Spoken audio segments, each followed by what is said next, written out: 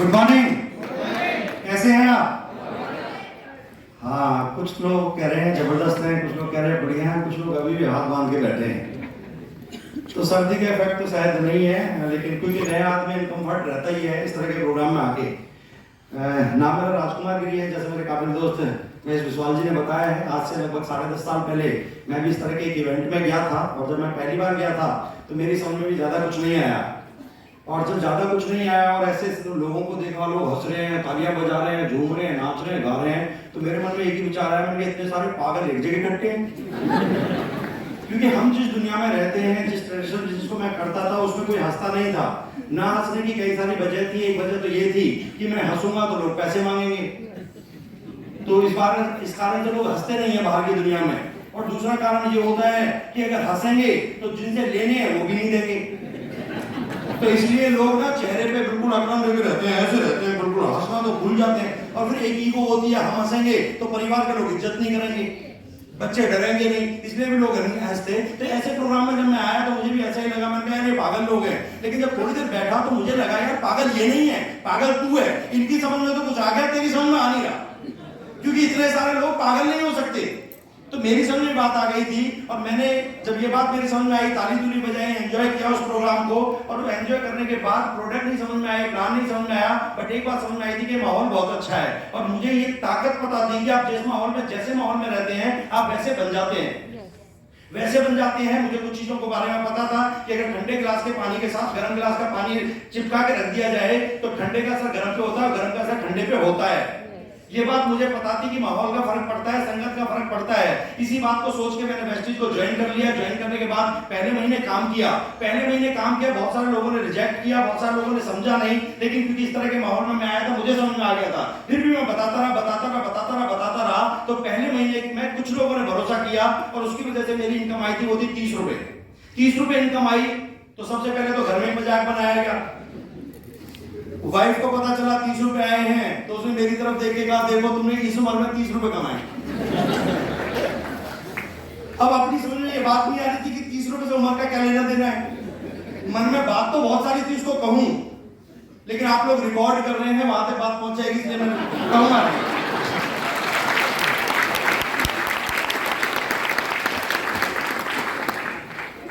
Actual में इस उम्र में दूसरा विकल्प भी नहीं होता ना। तो मन में जो बात थी मैं वो आपको बता रहा हूं, उसको मैंने कहा नहीं, लेकिन आपको बताना चाहता हूं। मन में मेरे एक बात आई, मैंने कहा इसको पूछूं तो सही कि मुझे तो 30 रुपए आए, जिस काम को करके मुझे 30 रुपए आए, उस काम को करके तेरे बाप को कितने आते हैं।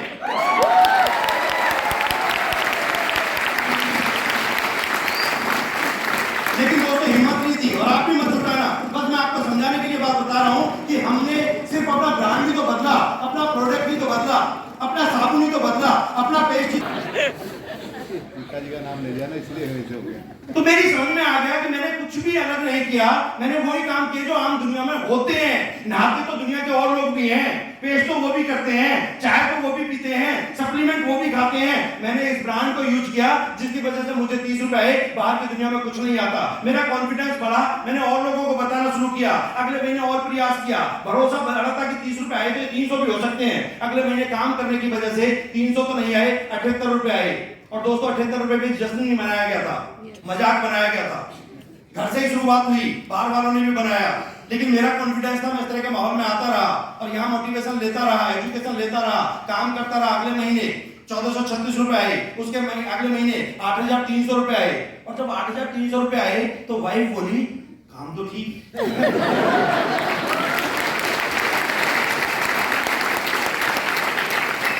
मैंने उसको बोला काम कैसे ठीक है भाई, 8300 रुपए भी बड़ी रकम तो होती नहीं दिल्ली में। 8300 रुपए में क्या होता है? अरे नहीं वैसे ठीक नहीं है, ऐसे ठीक है कि पहले महीने 30 थे, दूसरे महीने 78 थे, तीसरे महीने 1436 थे, अब 8300 एवरेज और ग्रोथ ठीक है।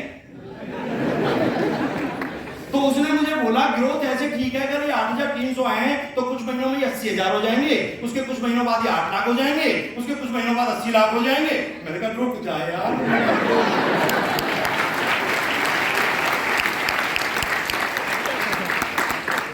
तो इस तरह की बात जब घर में हुई, मोटिवेशन मिला, घर का माहौल अच्छा बना, मुझे भी भरोसा था, पता था कि नेटवर्क मार्केटिंग है, नेटवर्क बनेगा, बिगड़ेगा, लोग लेंगे, आएंगे, जाएंगे, कभी कुछ होगा, कभी कुछ होगा, धीरे धीरे चलेगा। लेकिन मोटिवेट हो गए थे 8,300 से, फिर पीछे मुड़ के नहीं देखा, 8,000 रुपए की इनकम से मोटिवेट हुए, फिर ये 20,000 हुए, 30,000 हुए, फिर 40 हुए, फिर 50 हुए, फिर लाख हुए, फिर 2 लाख हुए, फिर 3 लाख हुए, फिर 4 लाख हुए, 5 लाख हुए, 6 लाख हुए, 7 लाख हुए।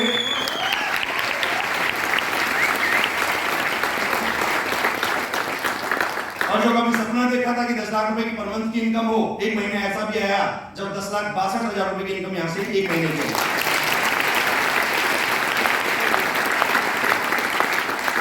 जैसा कि मेरे और सामने ने बताया, और मैक्सिमम होता ही है, सब लोग बाइक से ही ज्यादातर सफर की शुरुआत करते हैं। मेरे पास भी एक बाइक हुआ करती थी स्प्लेंडर, जो चलती कम थी, रुकती ज्यादा थी। कारण ये था, बहुत पुराना मॉडल था, सर्विस कराने तक के पैसे नहीं होते थे, धुआं देती थी। तो रेड लाइट पे जब भी हम रुकते तो लोग इशारा यूं करके कहते मैं भी गुस्से में कहता पैसे देते, पैसे नहीं है ठीक कराने, धुआं तो देगी है, क्योंकि पुराना ऑयल डाल के चलवाते हैं हम। तो ये हालत थी। बट वेस्टीज में आने की वजह से मैं धन्यवाद करना चाहूंगा अपने अपलाइन का, ग्रोथ सिस्टम का। वेस्टीज में आने की वजह से मैंने 3 कार यहाँ से परचेज की, जिसमें एक ऑडी Q3 भी शामिल है।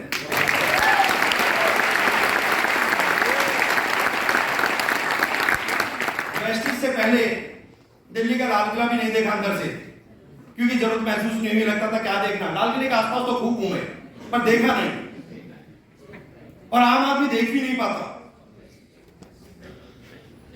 लेकिन वेस्टीज में आने की वजह से 10 देशों की यात्रा की है, सिर्फ घूमने के लिए।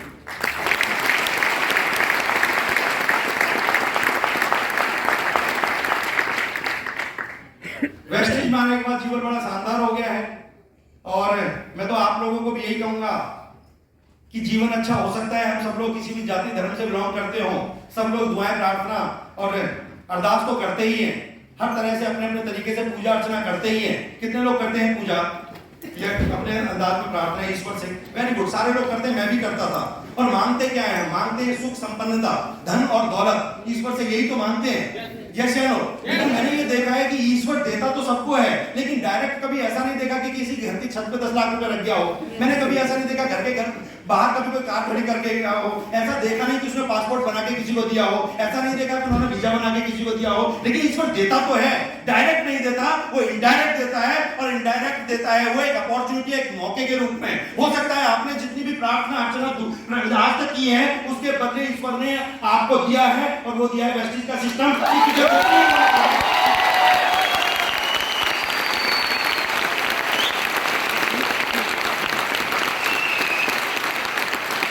और वो इनडायरेक्टली आपसे कहना चाहते हैं कि तूने जितनी भी पूजा की थी मेरी, उसके बदले तुझे मैं वेस्टीज देता हूं। अब तुझे कार चाहिए तो वो वेस्टीज से निकाल ले, पैसा चाहिए तो वेस्टीज से निकाल ले, विदेश यात्रा चाहिए तो वेस्टीज से निकाल ले, मान सम्मान चाहिए तो वेस्टीज से निकाल ले। अब आपके हाथ में है कि आप निकालना क्या चाहते हैं। शुरुआत करेंगे तो जैसे हमने निकाला वैसे आप भी यहां से सब कुछ निकाल सकते हैं।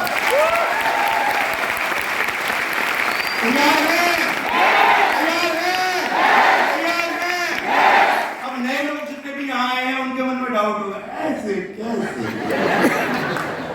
ये आ सकता है, मेरे भी मन में आया था, पर मेरी समझ में एक बात आ गई थी कि यार अगर ये सब कुछ कहा गया है, नहीं हुआ तो भी नुकसान क्या होगा? नुकसान तो कुछ नहीं होना, चल करके देखते हैं, ऐसा माहौल मिलेगा, हो सकता है अपनी भी लॉटरी लग जाए। ये सोचा था, सिस्टम में आए, सीखना शुरू किया, क्योंकि बिना सीखे तो हो ही नहीं सकता। सीखना शुरू किया, जैसे जैसे अपलाइन ने बताया वैसे वैसे किया, जैसे जैसे सिस्टम ने बताया वैसे वैसे किया। जब सेमिनार में जाने की जरूरत हुई सेमिनार में गए, जब सीएनटी में जाने की जरूरत हुई सीएनटी में गए, और लगातार सीखते हुए करते रहे, वो सब कुछ हुआ। मैं गारंटी करता हूं आप भी जो आपके अपलाइन करते हो, जो सिस्टम कहता हो, सबको करना शुरू करना, आने वाला वक्त आपका होगा। लोग वहां बैठे होंगे,